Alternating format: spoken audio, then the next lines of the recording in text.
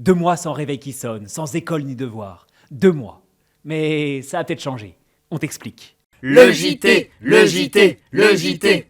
Le Premier ministre, François Bayrou, a déclaré vouloir organiser une convention citoyenne sur le sujet des rythmes scolaires. Une convention citoyenne, c'est un outil démocratique afin de prendre l'avis de la population sur un sujet précis. Quant au rythme scolaire, c'est l'organisation entre le temps passé à étudier et celui dédié au repos. En gros, des citoyens tirés au sort vont se pencher sur des questions d'éducation, et en particulier sur les horaires scolaires et les temps de vacances. Pour rappel, en France, on a 2 mois de vacances en été, 10 jours à la Toussaint, 2 semaines à Noël, 2 autres en février, et encore 2 au printemps. Mais c'est pas du tout le cas dans tous les pays. En effet, en France, on a un peu les rois des vacances. En moyenne, on a 2 semaines de vacances en plus par rapport aux autres pays. Mais si on a plus de vacances, est-ce que ça veut dire qu'on travaille moins ? Pas vraiment. En effet, en France, chaque année, les élèves travaillent 864 heures en primaire et 968 heures au collège, contre 805 heures et 916 heures en moyenne dans les autres pays. Donc ça peut paraître bizarre, mais en travaillant moins de semaines par an, les élèves français ont plus d'heures de cours. C'est un peu comme si t'avais un plus petit verre et que tu y mettais plus d'eau.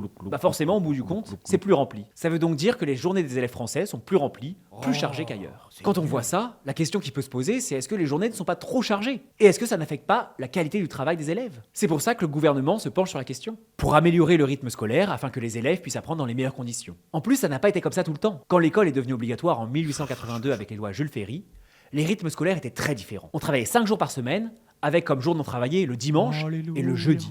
On considérait le jeudi comme la journée pour pratiquer la religion pour ceux qui le souhaitaient. Et il y avait quasiment pas de vacances, un seul mois en été. Et en plus, c'était pour que les enfants d'agriculteurs puissent filer un coup de main à la récolte dans les champs.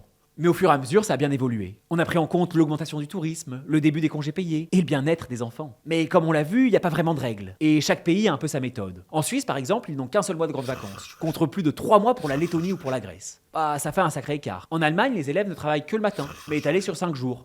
Voire sur 6 selon la région. On voit que chaque pays essaye de mettre en place la solution qu'il pense la meilleure pour que les élèves apprennent le mieux possible et se développent dans les meilleures conditions. Alors, affaire à suivre, et à la semaine prochaine. Abonne-toi vite à la chaîne Brut Kids sur YouTube.